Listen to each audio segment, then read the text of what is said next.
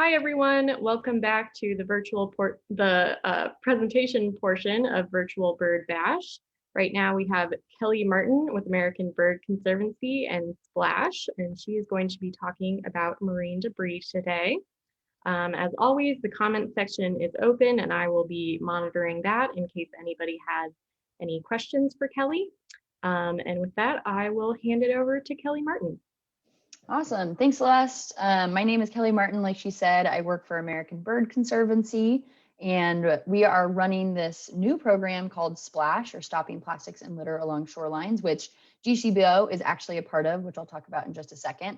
But we're super grateful to be here today talking to everyone tuning in about this program and why we think it's so important to spread the word about the issue of trash pollution in our region, and particularly about how it impacts birds. And of course, I imagine everyone tuning in today loves birds, so hopefully you will sort of connect with the importance of this issue.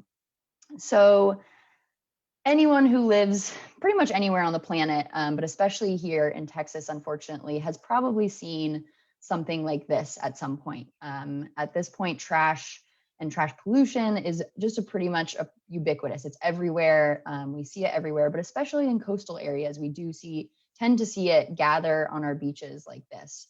And also, you may have seen at some point over the last decade or so, viral videos or pictures or news stories that are similar to this. So this is a screen grab from a video, excuse me, that went viral a few years ago, where these researchers found a sea turtle with a plastic straw stuck up its nose, and they took a video of them working to remove it to help the sea turtle breathe better.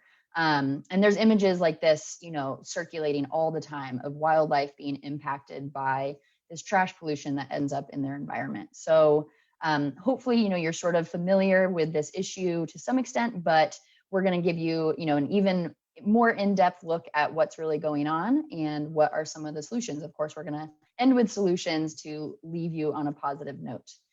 So American Bird Conservancy has been working on the Gulf Coast for quite a long time now, and through that work, conserving birds and their habitat has seen the impact that trash has on bird species in our region. And so because of that, they wanted to start a program to address this issue. So we teamed up, like I mentioned, with Gulf Coast Bird Observatory and another group called Black Cat GIS. And together, we were lucky enough to receive a grant from the EPA, and we formed Splash. So that's sort of why we're all here today talking about this, is because we started this program. We're really excited about it. And of course, later in the presentation, I'll talk a little bit too about how you can actually get involved in Splash, because we would love to have you join us. So without further ado, we'll jump right into the trash talk part of this session today. So we'll cover some of the background. Some of this might be stuff you're familiar with or might sort of seem obvious, but it's good to just sort of cover some of the terms that we use a lot when talking about this issue. So marine debris, it's important to cover, where does trash pollution actually come from? How much trash is out there? Obviously, it's a lot, but we can actually quantify that sometimes. And what happens to trash in our environment? So obviously it goes out there and gathers, but does it, what happens to it over time?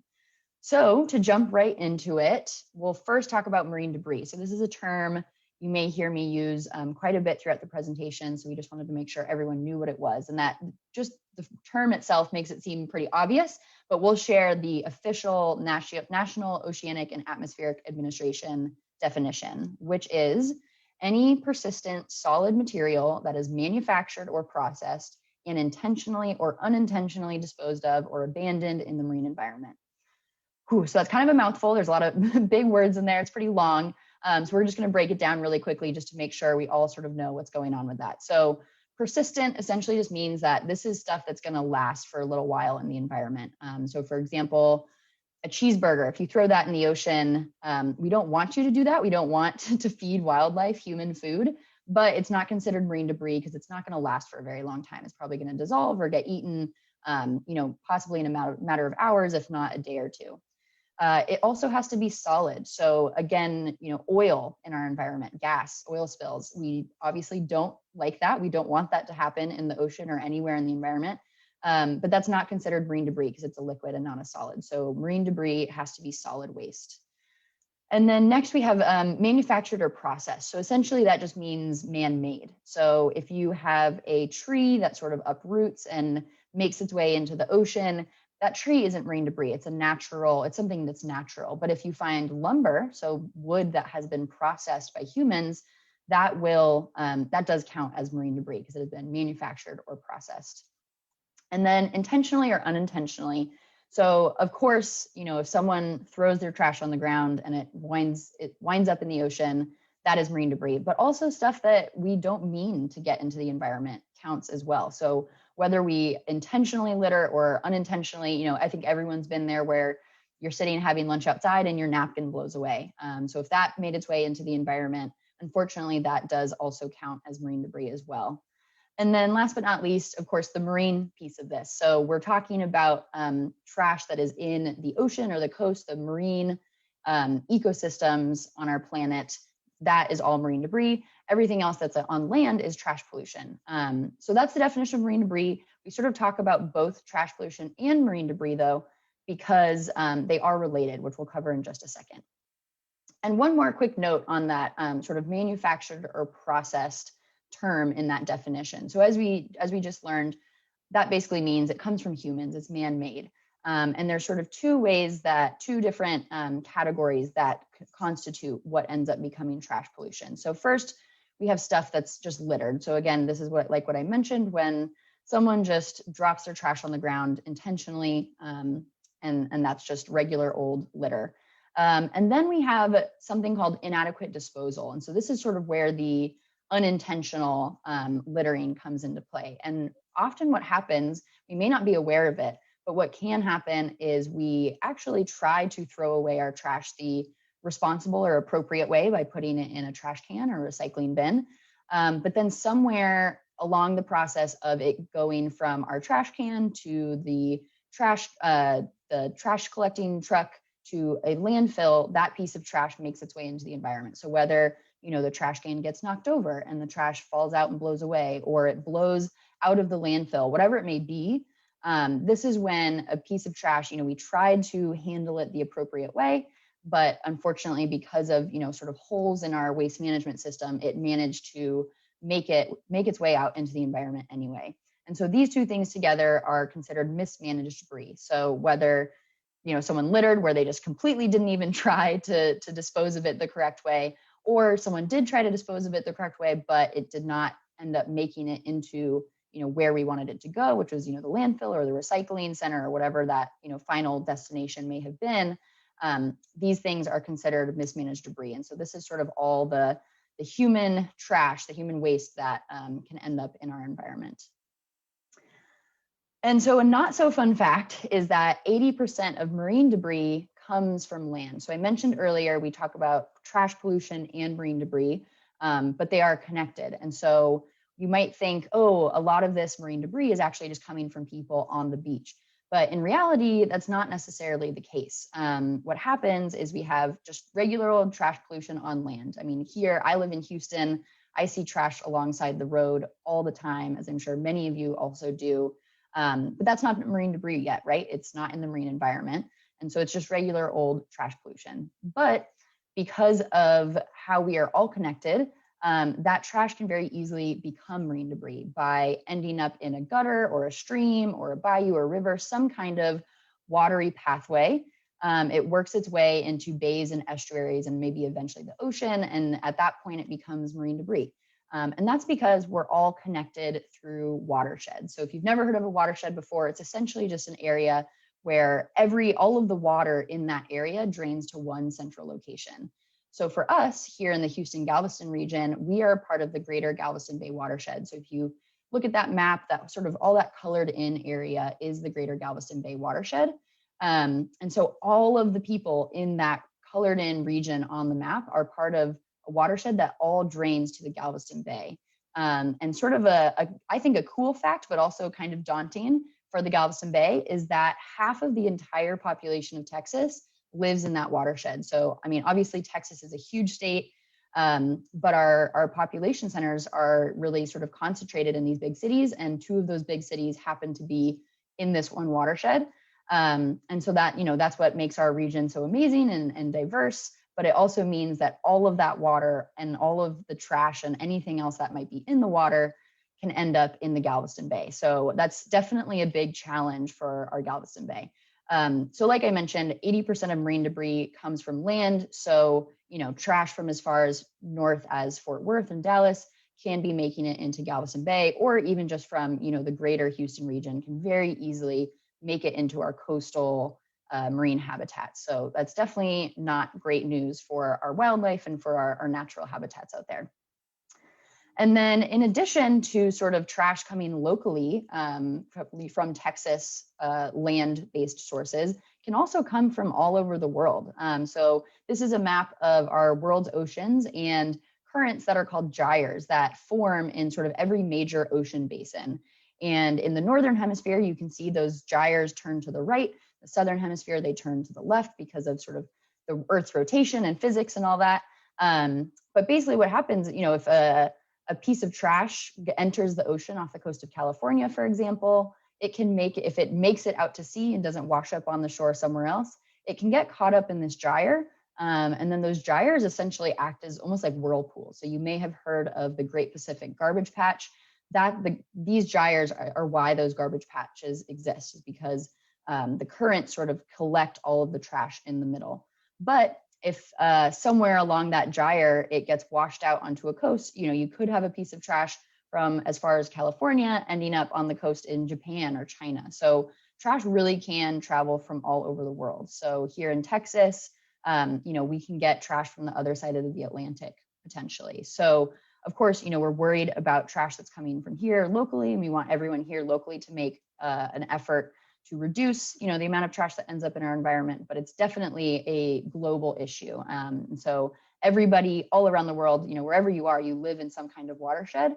And so it's good to be aware of what watershed you're in and how things can travel to the ocean from there, because then you never know, it might end up somewhere on the other side of the world.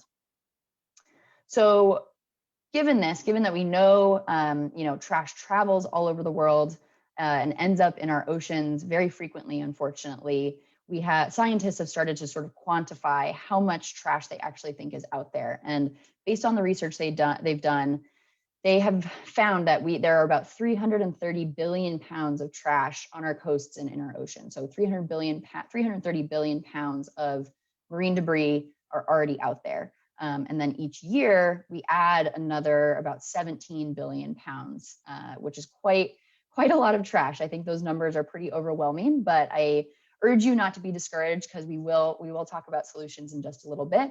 But that just sort of gives you, some context of the scale of this issue. And then let's zoom in a little bit on Texas and see, what's going on with trash in Texas.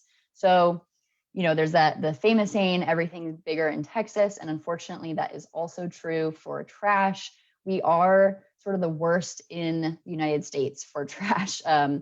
Every year, the Ocean Conservancy and the National Oceanic and Atmospheric Administration do a international coastal cleanup where people go out and collect data on the trash that they remove during beach cleanups and park cleanups and things like that. And based on that data, they've sort of put it all together and run the numbers. Texas has the highest average weight of debris per mile surveyed of any state in the US. So as you can see on that map, we are bright red, really sticking out. So we definitely have a really big challenge here in Texas, because we just have so much trash.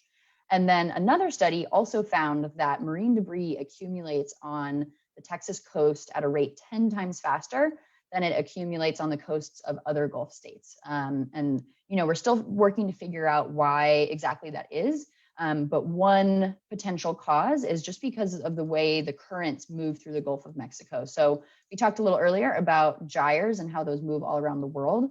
So you have this Gulf loop current that comes into the Gulf of Mexico through the Yucatan Channel. That's sort of an offshoot of that North Atlantic gyre. And over the course of the year, it expands and contracts. So sometimes that current just pops into the Gulf and then shoots right back out through the Florida Straits. But sometimes it sort of eases its way out into the Gulf and really expands. And as it's doing this sort of expanding and contracting motion, it can release eddies. And that's what these little circles are. And those eddies are just like little mini whirlpools that sort of move across the Gulf in sort of a northwest direction, right towards the coast of Texas. And so those eddies can carry trash in them and then as they approach the coast of Texas, they might be dumping that trash on our coast. So that's one potential reason. And, you know, of course, despite this, we still, again, really want to focus on the trash that we are generating here in our own region. This isn't an excuse to say we can blame other people for all of the trash that ends up on our coast, because we do know that a lot of trash comes from these land-based sources, but it is interesting to know that trash accumulates on our coast at such a high rate just because of sort of the environmental conditions in the Gulf. So we know where it comes from. Now, what happens to trash while it is in the environment? So when you see a beach that is littered with trash, kind of like this, usually what you notice are those big pieces of plastic. So the bottles, you know, maybe some kids' toys, or these big pieces of trash that are really obvious. But in reality, based on, you know, data that we've found and other data, really the most numerous stuff out there are really small fragments. And so how do we get from these big pieces of plastic to these smaller pieces of plastic?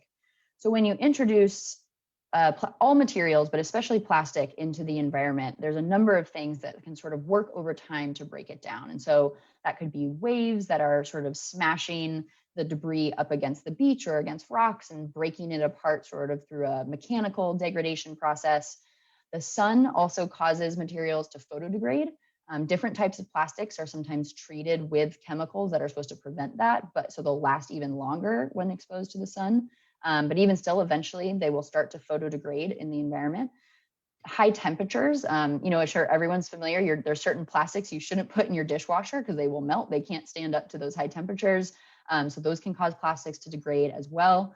And then last but not least, there are microbes and microorganisms that can biodegrade plastics. They're sort of few and far between. You know, I think if you sort of pay attention to the plastic news articles that come out, you may sometimes see scientists have discovered a new bacteria that can digest plastic. So it's very exciting when we discover those, because obviously plastic is a huge issue, but they're not super, super common. And so between all of these different factors over time, your all materials, but especially plastics, will break down into smaller and smaller pieces until you get something like this. So you can get almost like a fine dust. And we call these microplastics, and we'll talk about those in just a second.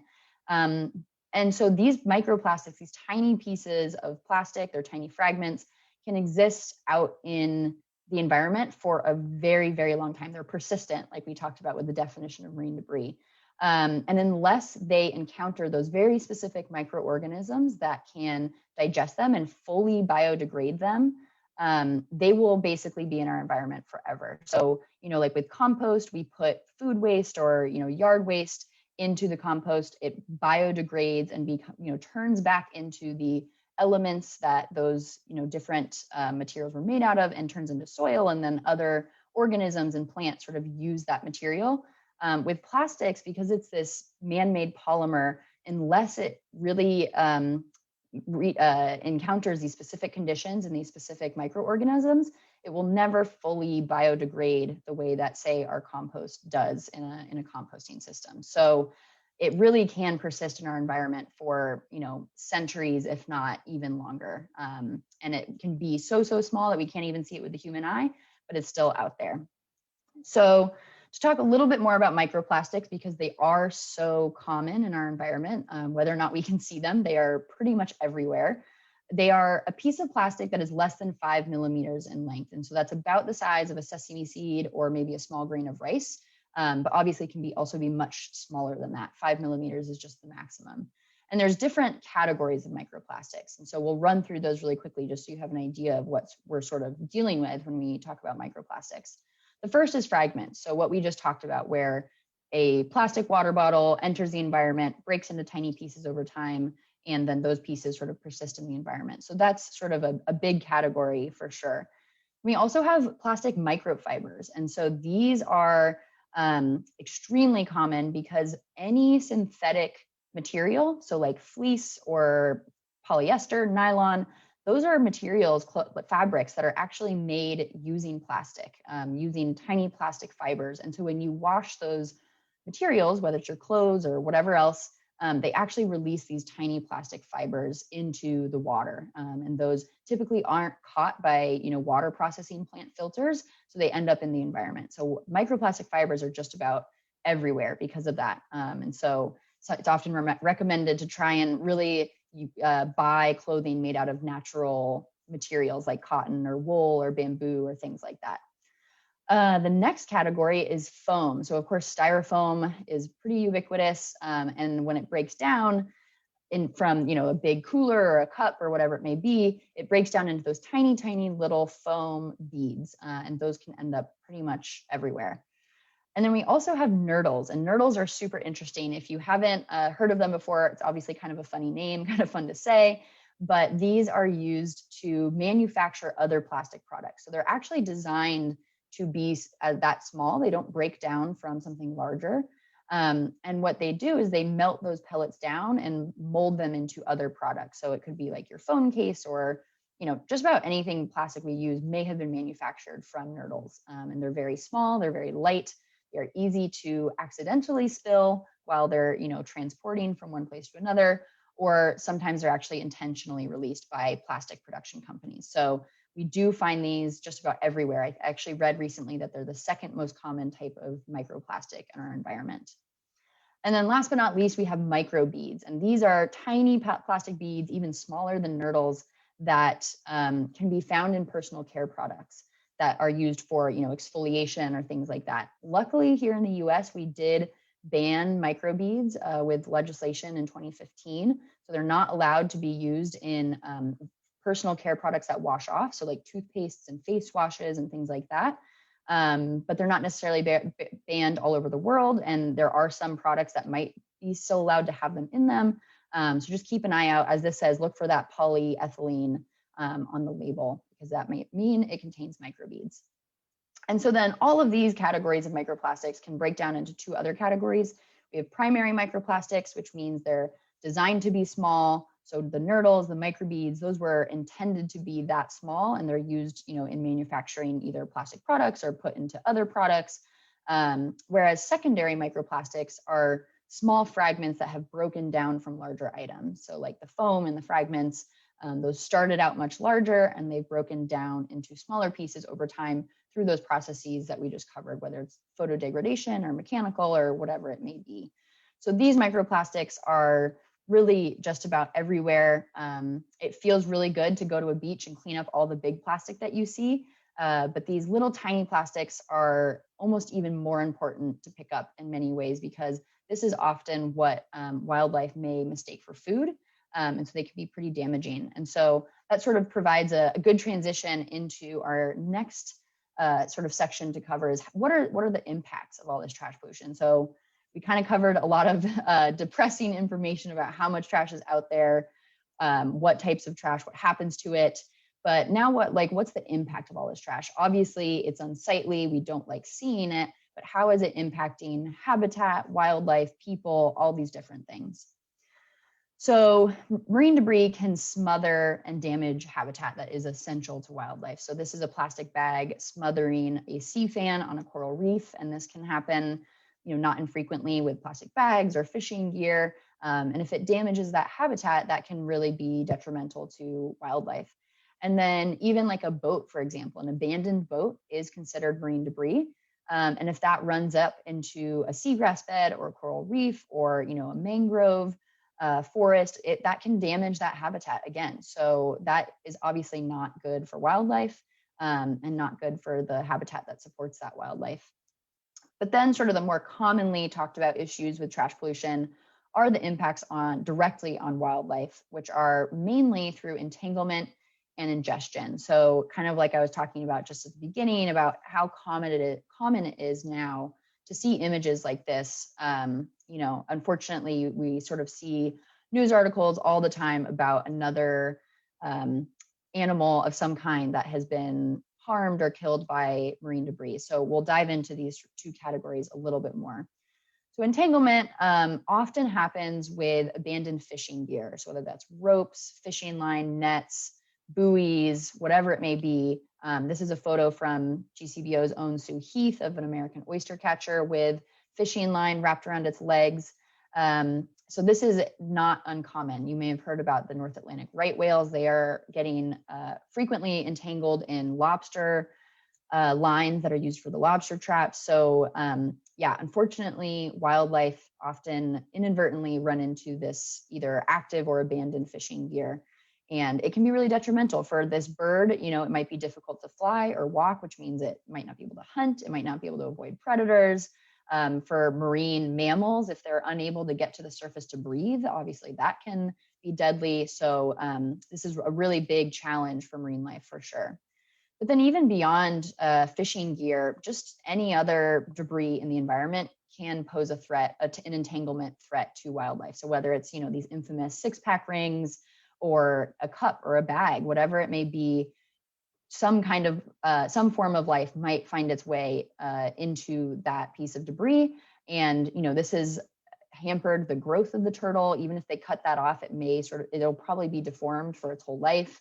This crab isn't able to hunt most likely. So again, it's just, there's a lot of challenges that this debris poses because of animals potentially getting entangled in it. And then ingestion is sort of the other big one. So when this, I think, is almost more prevalent in the media, at least when you see pictures of birds, like we saw just a couple slides ago, having their stomachs full of trash. And there's a few ways that this can be damaging. The first is that this is an analogy that Celeste actually uses that I think is really great. That if you've ever eaten a tortilla chip and you swallowed it too soon before chewing it enough, it really hurts. It really pokes your throat. And so imagine, you know, that's a piece of plastic and not a tortilla chip. And so that can really cause damage in an animal's esophagus, stomach, intestines, whatever it may be, can potentially puncture their internal organs. And so that is obviously a huge, huge threat to their well-being. And then even if that doesn't happen, something that can happen is they will just continue to eat plastic, and it will make them think they're full because their stomach is filled with this plastic. They can't digest it. And so they think they don't need to eat anymore. And so then they're not getting any nutrition because they're not eating, and then they'll eventually starve. So kind of sad, but unfortunately that can be what happens if they ingest enough of this plastic and it fills up their stomach. And then one other thing that can happen with ingestion that is sort of an emerging issue as we learn more about how this happens is that marine debris can actually harbor toxic chemicals or bacteria and pathogens that when an animal eats that marine debris, they're also eating those chemicals or pathogens or whatever it may be.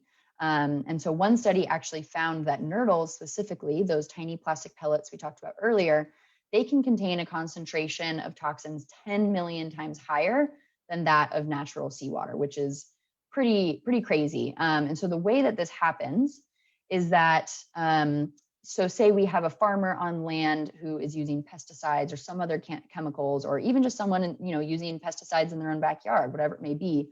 Those chemicals are called persistent organic pollutants. And we talked about persistent earlier. That means they're going to stick around in the environment for a long time. And so when, you know, it rains or there's a storm, those chemicals will wash off of the field or your yard or wherever it may be and work their way into the watershed. So just like trash travels through the watershed, chemicals can travel through the watershed as well. And then when they make their way to the ocean, these chemicals are hydrophobic. So it means they're afraid of water. So they're looking for something to latch onto. And so when they enter the ocean and there's all these little bits of plastic floating everywhere, they latch onto them. So these plastics accumulate these toxins or bacteria or whatever else it may be on them while they're floating around in the environment. And then you have tiny fish like these bait fish that can mistake these microplastics for food. They think they're plankton. And so those tiny little fish will eat these microplastics and eat those chemicals or pathogens along with them. These chemicals especially are, like I said, they're hydrophobic. They're also lipophilic, meaning they like fat. And so they absorb into the fats of the animal. And so that fish is accumulating these toxins over time, which is called bioaccumulation. And then we move up through the food web. So big fish eat little fish, which is, you know, what you see on Blue Planet, Planet Earth all the time, the circle of life.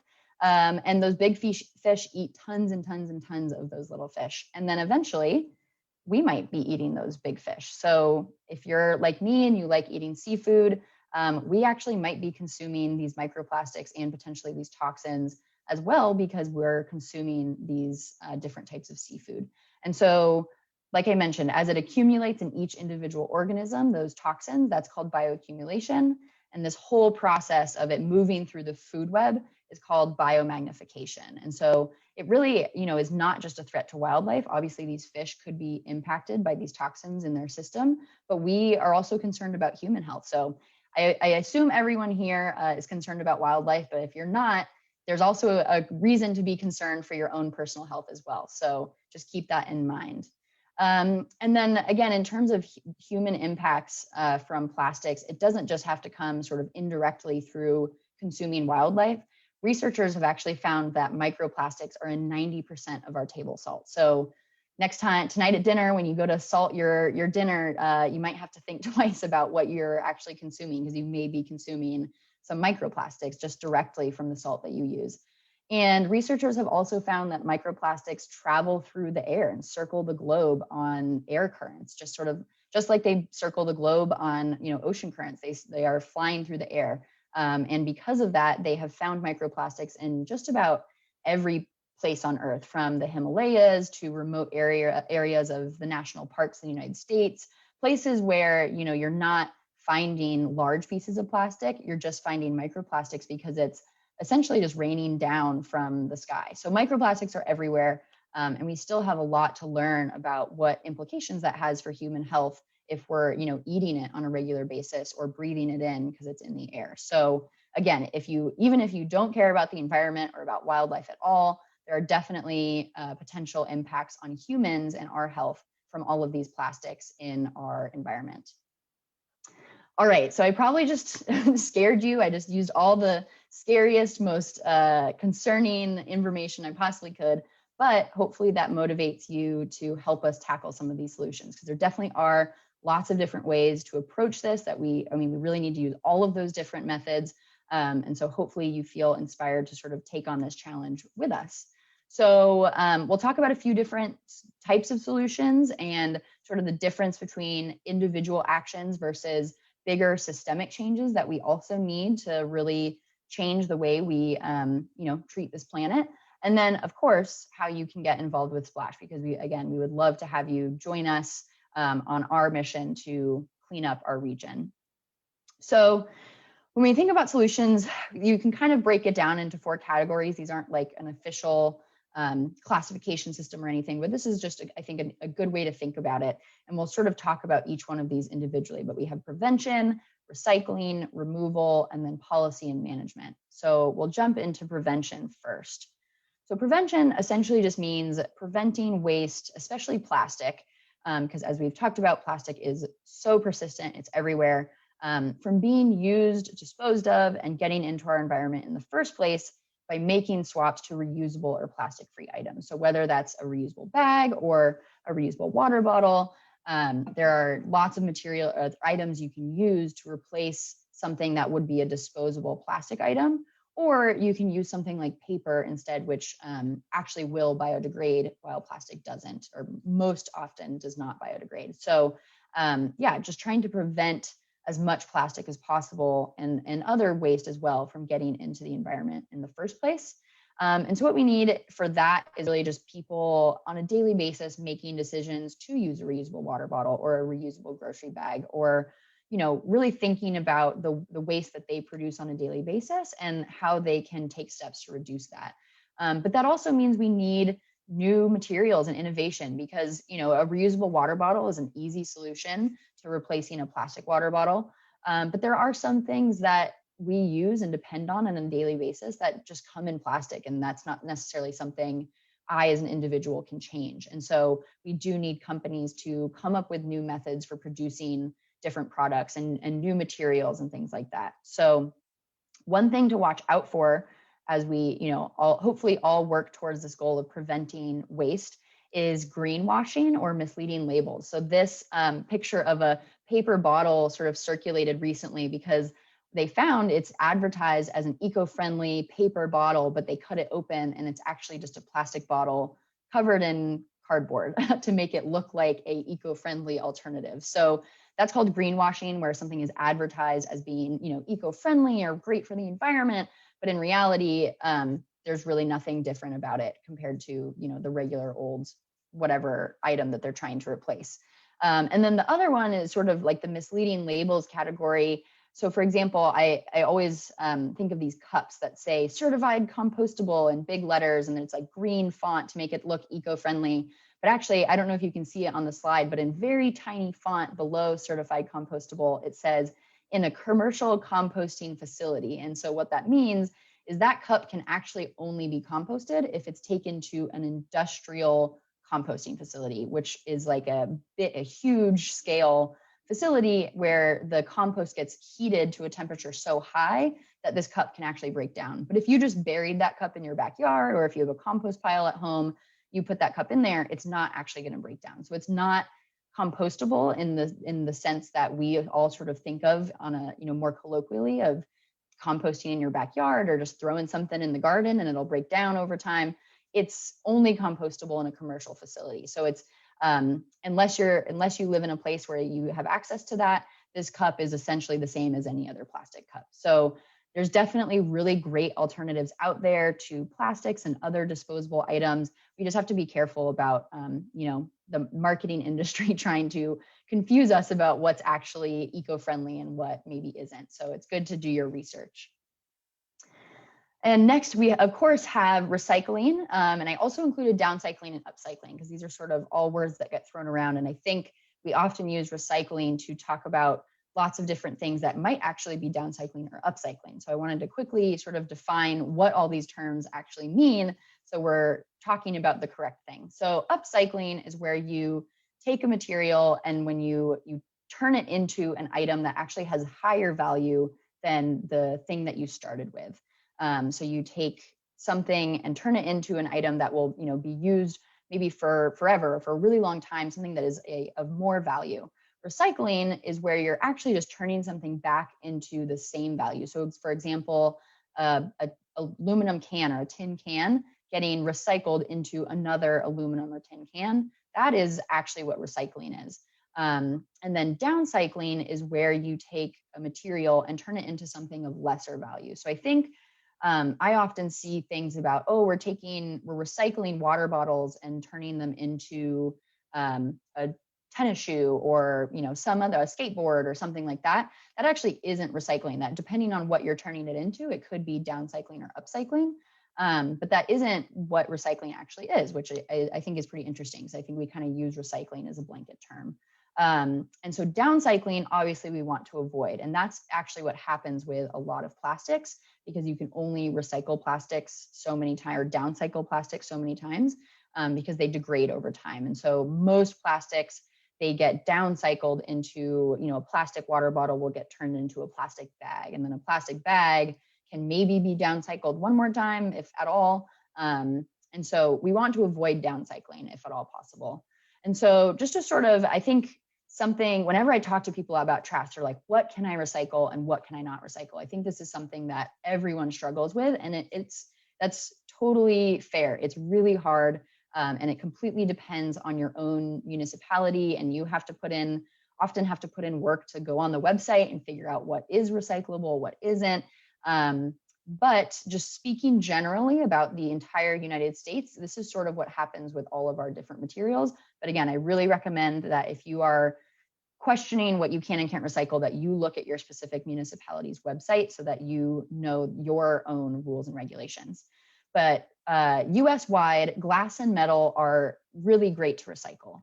Glass and metal both can pretty much be recycled indefinitely, meaning they actually get turned back into a material of the same value, and that can happen pretty much for forever. They don't lose their quality over time. So you can just go from tin can to tin can to tin can for as long as you possibly want.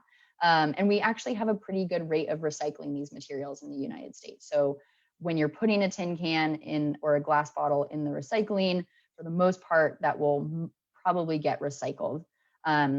Paper is sort of close, not quite as good. It's not able to be recycled or downcycled as many times because it does lose quality. So sometimes like printer paper will get turned into newspaper, which is a slightly lower quality paper. But we do, again, have a really good rate of recycling in the US for paper. About 70% of all of the paper we use actually gets recycled, which maybe doesn't sound that high, but when we talk about plastic in a second, that'll sound really good.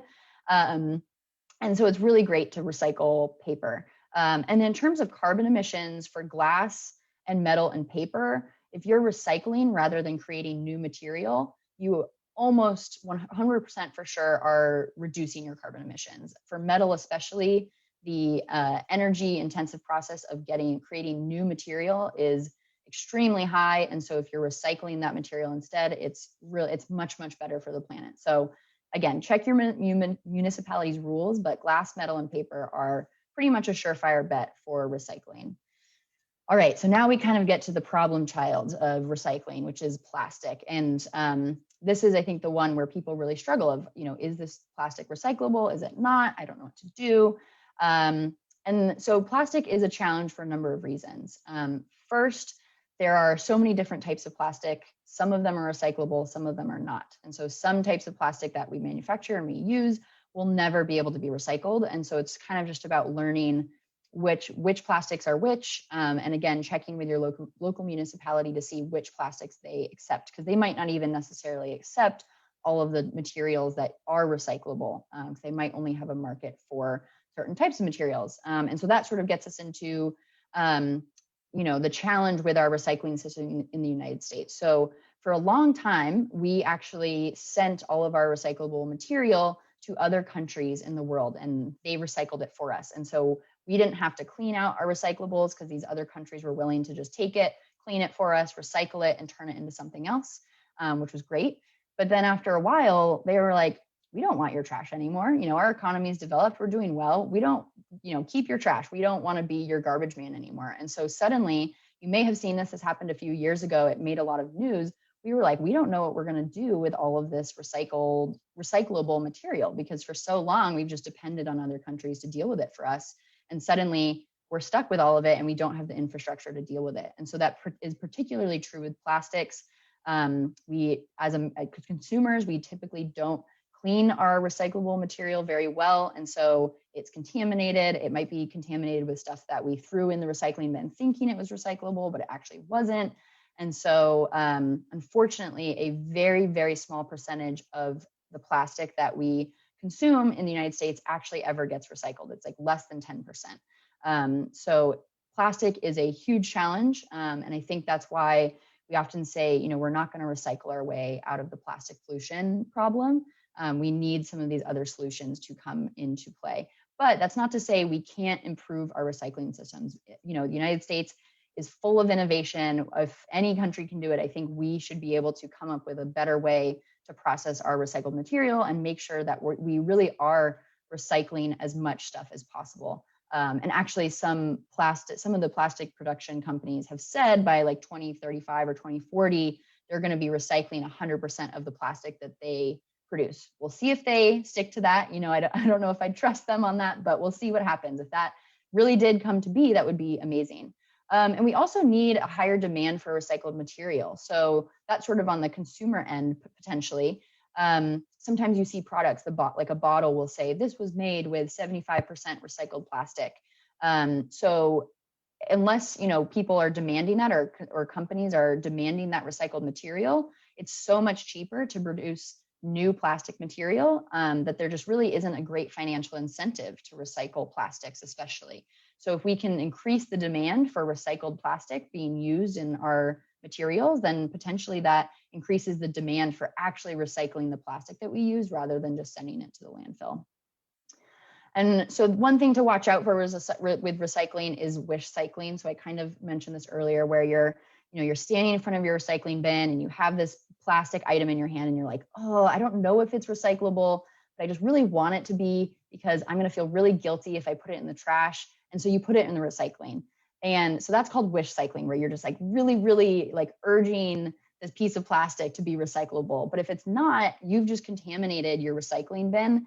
And now everything that's in there that you've spent time to sort and be careful about is potentially just going to end up in a landfill. So if you ever encounter that situation where you're just standing there and you're like, I don't know what to do with this item, as painful as it may be, it might actually just be better to put it in the trash rather than potentially contaminate your recycling bin, which could lead to it all just ending up in the landfill. So watch out for that wish cycling. All right, recycling is a big, complicated one, but there's lots to learn there and lots of work to do, but we'll move on to removal. So removal is just, your regular old beach cleanup, removing trash pollution and marine debris that is already out in the environment. And so that can be a beach cleanup. These are some of our awesome volunteers at a beach cleanup here in our region. Or there's also a lot of companies and developers and inventors who are coming up with tools to actually collect trash. So rivers have kind of become infamous for being big trash sources to the ocean, as we talked about with watersheds. All of this stuff can travel through rivers and eventually make its way into the ocean. So people are developing things like this. They're putting little eyes on it to make it fun and personable. But this just collects trash at the mouth of a river so that it is getting collected and disposed of before it actually enters the environment. So we're removing the trash in some way, shape, or form that's already out in the environment, so that it is, hopefully dealt with in a responsible way before it potentially harms wildlife or turns into microplastics or whatever it may be. One thing I will say is that, I've heard this analogy about if you walk into your bathroom and your bathtub's overflowing, the first thing you do isn't start mopping up the floor. The first thing you do is turn off the faucet. So ideally, we want to be doing these removal efforts in conjunction with trying to stop the amount of trash that is entering the environment in the first place. Because we would love to put ourselves out of the business of doing beach cleanups. That's our long-term goal, is that we no longer have to do beach cleanups because we have stopped all of the trash from getting out into the environment in the first place. But in the meantime, as we are working on all of these solutions to try and prevent more trash from entering the environment, it's good to get out there and clean up what has already made its way into our environment, so that, again, it doesn't have the opportunity to harm wildlife or harm human health or whatever it may be. And then last, but certainly not least, is policy and management. And so these are essentially the laws that regulate the production or sale of certain materials, that are waste management programs. And these really connect to all of those other solutions, because they can determine, how much funding a local municipality has for a recycling system, or they can determine what types of plastics are allowed to be produced or sold by companies and things like that.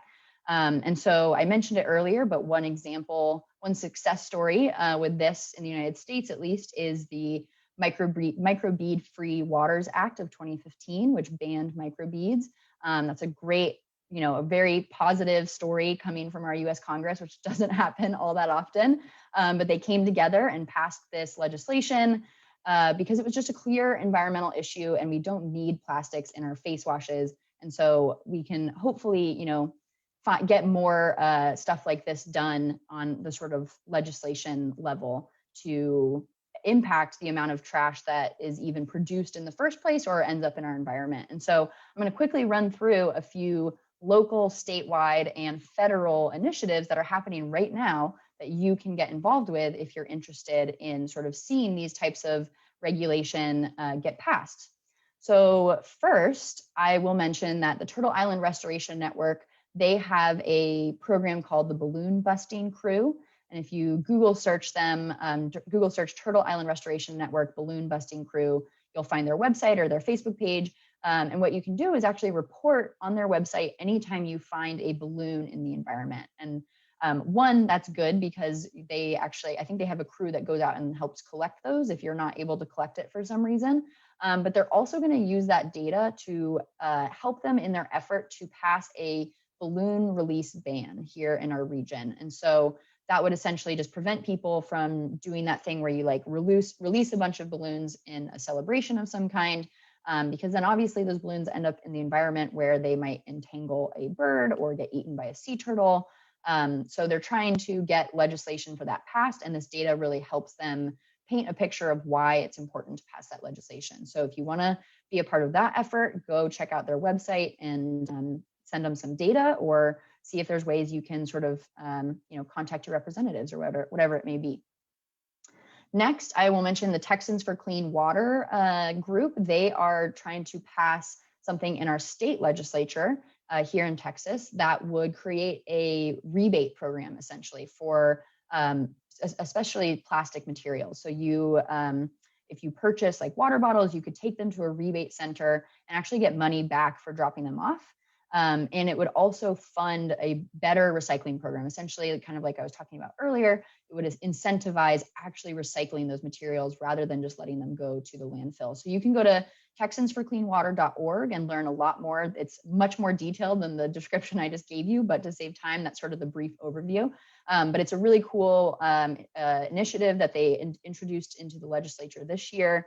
And you can actually endorse the initiative on their website. If you want to endorse it as an individual, you can go and sign your name and your name will appear on the website, which is pretty cool. Another statewide initiative is the Texas Nurdle Bill. So I don't know if any of you all have heard of Nurdle Patrol, but they're a group focused specifically on nurdles, those tiny plastic pellets I mentioned earlier. And they have been working with Surfrider and some of our state representatives to get a bill in the Texas legislature that would essentially require the Texas Commission on Environmental Quality to more strictly regulate nurdles and the plastic production companies or chemical companies that release those into the environment. And so they don't have a website specifically for that initiative, but you can go to nurdlepatrol.org and read more about it and potentially get involved with the Nurdle Patrol group. It's a really cool citizen science project. So a lot of cool stuff going on there. And then last, this is a federal piece of legislation that was reintroduced this year by Senator Jeff Merkley from Oregon and Representative Alan Lowenthal from California. And kind of like the Texans for Clean Water initiative, this is a huge bill. It has so many different pieces to it, so I can't really give you the full breakdown right now, but you can go to breakfreefromplastic.org/pollution act to learn more about what's going on with this bill. But some of the things it would do would be to ban the production of certain types of plastic, especially single-use plastics. It uses a concept called extended producer responsibility, which basically means giving the producers of these plastic or other disposable items more responsibility for the waste that it produces. Right now, consumers really bear the weight of that, of dealing with waste because we pay taxes and our local government uses that money to fund waste management programs. And so we're paying for the waste that all these companies produce. So this bill would try to actually move some of that financial responsibility onto the companies themselves. So again, there's a lot going on with that bill. So if you're interested, I encourage you to go check it out online. And so with all of these, contact your representatives. If any of these interest you or you want to see them passed locally or at the state level or at the federal level, contact your representatives and let them know that this is what you want to see. And you can also use your consumer power. You know, as a consumer, your money tells companies what you want and what you don't want. So if you buy certain materials, that might encourage them to change internal policies one way or another based on what they're seeing consumers want in the market. So last but not least, in terms of solutions, I'll just quickly cover sort of what we at Splash do. And hopefully after all of this, you're encouraged to join us. So our mission is to create a cleaner environment for people, birds, and other wildlife in the greater Houston-Galveston region through community science, education, and outreach. So it's kind of a lot. So I'll quickly break down what each of those means and how you can actually get involved with us. So community science, that portion is essentially just our removal efforts, our beach cleanup efforts. So far, we've removed over 4,000 pounds from our local beaches and waterways, which we're really excited about, and on track to remove even more. And that's really thanks to, again, these great volunteers that we have come out. And so we'd love to have anyone else come and join us at a cleanup. This is a beach that we were at a few months ago near the San Jacinto Monument. As you can see, when we got there, it was just absolutely covered in trash. And again, you know, in addition to these big pieces of plastic, there were tons of microplastics. And when we left that day, it looked significantly better. And so it really is great to be able to leave our, you know, natural environment looking like this, because there were birds on that beach that morning that used this area. And so if we can remove as much plastic and other debris as possible so that they, you know, hopefully aren't eating it or getting entangled in it, that's really awesome. And also, while we do these cleanups, we do collect data. So this is actually Celeste and I digging through some bags of trash, and we actually count it and sort it. And that data will go into a statewide database that can hopefully help inform some of those policy and management solutions that I was just talking about. You know, by getting a better understanding of where this trash is coming from, what type of trash is out there, we can hopefully better manage it in the future. So if you'd like to come join a cleanup, if you'd like to help us collect data, we would love to have you, and I'll share our contact information in just a little bit so you can get involved. So far, based on our cleanups, the top 5 items we've found are fragments, so all those tiny little pieces, beverage bottles and other beverage containers, plastic bags, fishing lures, nets, and line, and food wrappers. So if you're thinking about ways that you in your everyday life can sort of make small changes to help reduce the amount of trash that ends up in our environment, these categories are definitely a great place to start. So just something to think about. And then we also do educational programming with local schools. So if you know a teacher, if you are a teacher, or if you know a teacher who would like to have Splash come to their school, to their classroom, we would love to get in touch and talk more about that. We also try to go to outreach events. Obviously with COVID, there haven't been a ton of those, but we went to Earth Day Houston, which was great. And so if you run events like this and want Splash to come talk with people about how to sort of tackle this issue, we would love to be there. So again, just get in touch and we'd love to work with you in some way. And then one last small thing is our trash-free pledge. So essentially this is just asking everyone to commit to small everyday changes that help reduce the amount of trash polluting our environment. And so if you want to take the trash-free pledge, you can, if you have a smartphone, you can hold it up and scan that QR code and it'll pull up the link, or you can go to splashtx.org/pledge and you basically just sign your name, choose one or more things, whether it's using a reusable water bottle, using a reusable grocery bag, and then you're good to go. We're not going to knock on your door and make sure you're following through on it, but it's just a good way to sort of take stock of what you're doing on a daily basis to try and help keep our environment clean. We also, so this is, we have an immediate opportunity to get involved with us. We have a cleanup this Saturday at Morgan's Point, which is along the Houston Ship Channel, which sees quite a bit of trash accumulation. So we need some great energetic volunteers to come out and join us to help clean up this area. So you can register on our website. I think Celeste is also going to share the link, or email us at splashtx@abcbirds.org. And this hasn't been officially announced yet, so this is sort of a preview. But we have a new partnership with a store called Refinement House, which sells sort of all eco-friendly goods. All cleanup volunteers get a 10% discount to that store, to Refinement House. So if you come to the cleanup, you can get 10% off at Refinement House and start your sort of low waste journey with them, which is pretty cool. And so last but not least, this is our website, splashtx.org. We'd love to have you follow us on social media, sign up for our newsletter, again, take the pledge. However you want to get in touch with us, get involved with us, we would love to have you join us. So feel free to contact us on any of these or just follow along on any of these, and we'd love to see you. So that's just about everything. I would love to answer questions. And again, if you have a comment or a question and you want to just email me, go ahead and email splashtx@abcbirds.org. Awesome. Thank you, Kelly. So like Kelly said, we are open to questions. If you guys have them, you can drop those in the comments. For now, what are the most common items or most dangerous items affecting birds specifically, and how can we remove those or use less of those? Yeah, I think fishing line is definitely what we see birds especially get entangled in the most. Monofilament line is really hard to see, so I think they can very easily accidentally become entangled in it. Obviously, that's tricky because not everyone here is probably a fisherman, and so you might think, well, I don't really have an impact on that. But if you're spending time outside and you don't have hands to pick up every single piece of trash on the beach, you can try to maybe at least pick up the fishing line, because that might be the greatest threat to birds in our environment. So if you have like a pocket you can shove the fishing line into or something, of course, be careful for hooks. But that definitely is a type of trash that we really see does have a big impact on birds.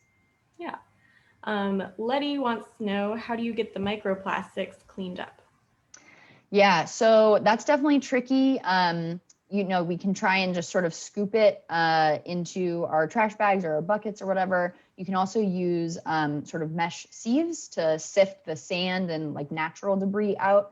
But yeah, I mean, obviously if it's a piece of plastic that's so small we can't even see it with our naked eye, we can't necessarily clean that up. So that's why we do want to remove as much plastic from the environment as possible, so it doesn't even have a chance to become microplastics.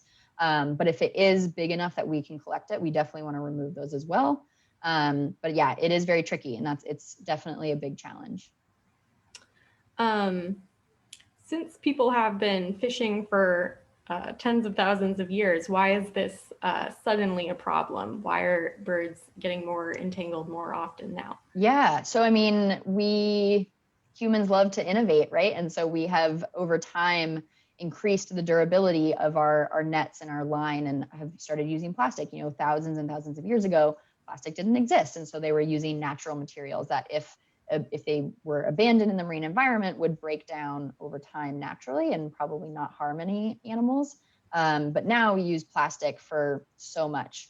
Plastic is everywhere. And so if that enters the marine environment or is discarded on accident or on purpose or whatever, it's just going to hang around for a long time and potentially entangle wildlife. So yeah, we used to use materials that would, you know, disappear over time, but now we have created something that is so good at its job that it will continue fishing even long after we have, you know, abandoned it into the marine environment, unfortunately. Mm-hmm. And then Letty had a follow-up question. She had asked about microplastics. She says, do you remove everything, including the shells? No, so we try, I mean, we definitely try to avoid taking any natural like driftwood or shells or things like that. Realistically, like sometimes when we go to a beach cleanup, we'll find an area that has a big pile of nurdles because they can kind of accumulate all in one spot. We'll try and scoop all of that up and avoid as much natural material as possible. But, you know, inevitably there's probably some stuff we do grab when we clean those tiny pieces up. So yeah, it's kind of a balance of trying to pick up as much of that microplastic material as we can while also, you know, leaving the natural material. But for the most part, tiny bits of microplastics are so hard to collect that, you know, we might not end up getting all of them. Gotcha. All right. Well, I think we're at time, but thank you so much for presenting today. Yeah. Yeah. Awesome. And like Kelly said, if you want to keep up with Splash, all of those links are in the description below, and we hope to see you at a cleanup. All right. Yeah. Thanks, everybody. Thanks, Bye. Celeste.